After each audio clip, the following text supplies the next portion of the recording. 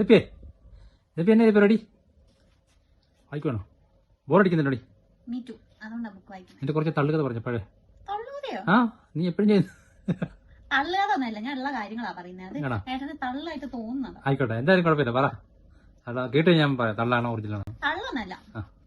വീണ കാര്യം പറയാൻ തുടങ്ങി. വീണ കാര്യം? ആ കൊച്ചിലെ വീണ, കട്ടിലെ വീണ. കട്ടിലേന്നൊന്നല്ല വീണ. പിന്നെ ചെറുപ്പത്തില് എന്താ പറയാ, ഞാൻ ബുക്ക് വായിക്കില്ലേ, അത് കഴിഞ്ഞ അത് പിന്നെ വായിക്കാം. വായിക്കാടി നീ. ആ പേജ് അവിടെ കറക്റ്റായിട്ട് ഫോൾഡ് ചെയ്താക്കി. ആ അത്രേ ഉള്ളു. പരിപാടി പറ, പറടി. കളിയാക്കരുത്. ഇല്ല, ഞാൻ ചെറുപ്പത്തിലുണ്ടല്ലോ, ചെറുപ്പത്തില് എനിക്ക് ആന്ധ്രയിലുള്ളപ്പോഴാണേ, അപ്പൊ ഫുൾ ടൈം സിനിമ. ആന്ധ്രാ കഥകളാ? ആന്ധ്രാ കഥകൾ. ഫുൾ ടൈം സിനിമ ആണല്ലോ പരിപാടി, ഞാനും ചേച്ചി കൂടിയിട്ട്. അപ്പൊ അവിടെ നമ്മുടെ മലയാളത്തിലത്തെ സിനിമകളെ പോലെ അല്ല പണ്ട്. ആന്ധ്രയില് ഫുള്ള് സ്റ്റണ്ടും ഫൈറ്റ് ഒക്കെയാ. അപ്പൊ ഞാനും ചേച്ചിയും കൂടിയിട്ട് ഏത് നടന്റെ ഒന്നും ഓർമ്മയില്ല, ചിരഞ്ജീവിയാണോ പാൻ കല്യാണാണോ ആരാന്ന് ഞാൻ ഓർക്കുന്നില്ല. പണ്ടത്തെ നടന്മാര്. പണ്ടത്തെ ഒന്നുമില്ല, ഒരു നടന്മാർ.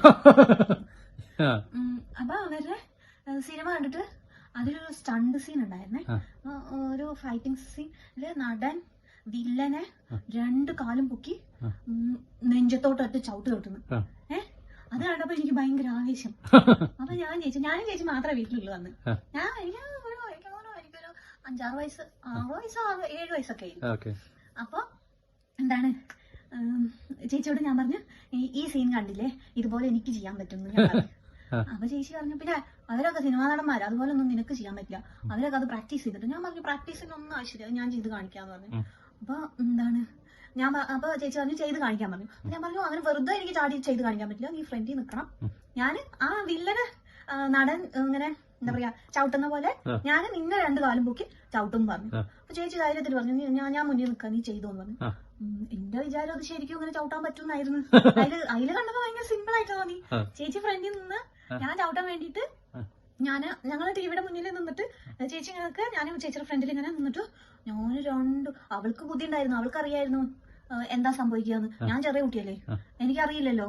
ഞാൻ ഈ സിനിമയിൽ കണ്ടപ്പോ എന്താണ് അതുപോലെ നടക്കും വിചാരിച്ചിട്ട് ഞാൻ 2 കാലും മുന്തിച്ച് ചാടി ചേച്ചിയുടെ നെഞ്ചത്തോട്ട് ചവിട്ടാൻ വേണ്ടി നിന്നത്. ഞാൻ മലർന്ന് ഇങ്ങനെ വീണുപോയി. കട്ടിലോ ടൈലിട്ട തറയില് തലയും നടു ഇടിച്ചിട്ട് അങ്ങോട്ട് ഒറ്റ വീഴ്ച. പിന്നെ എനിക്ക് കുറച്ചു നേരത്തിന് ഒന്നും ഓർമ്മ ഉണ്ടായിരുന്നില്ല. ഞാനവിടെ ശവം പോലെ കിടക്കായിരുന്നു, ഒന്നും ഓർമ്മയില്ല. എന്നിട്ട് ചേച്ചിക്ക് പേടിയായി. ചേച്ചി കുറെ വിളിച്ചിരുന്നു. ചേച്ചി വേഗം എടുത്തോണ്ടായി ബാത്റൂമിൽ കൊണ്ടുപോയി തലയിൽ കൂടെ വെള്ളം ഒഴിച്ചത്. എനിക്ക് ബോധമൊന്നുമില്ല. അച്ഛനമ്മ എവിടെ പോയിരിക്കാം. എന്നിട്ട് എന്താ 2 ദിവസം എന്റെ തലൊക്കെ മരവിച്ചിരിക്കുന്നു. തലണ്ടോന്ന് എനിക്ക് അറിഞ്ഞൂടാ. പൊട്ടിയിട്ടൊന്നുമില്ല, ടൈലല്ലേ ഇടിച്ചു വീണേ. അങ്ങനെ ഒരു കഥ.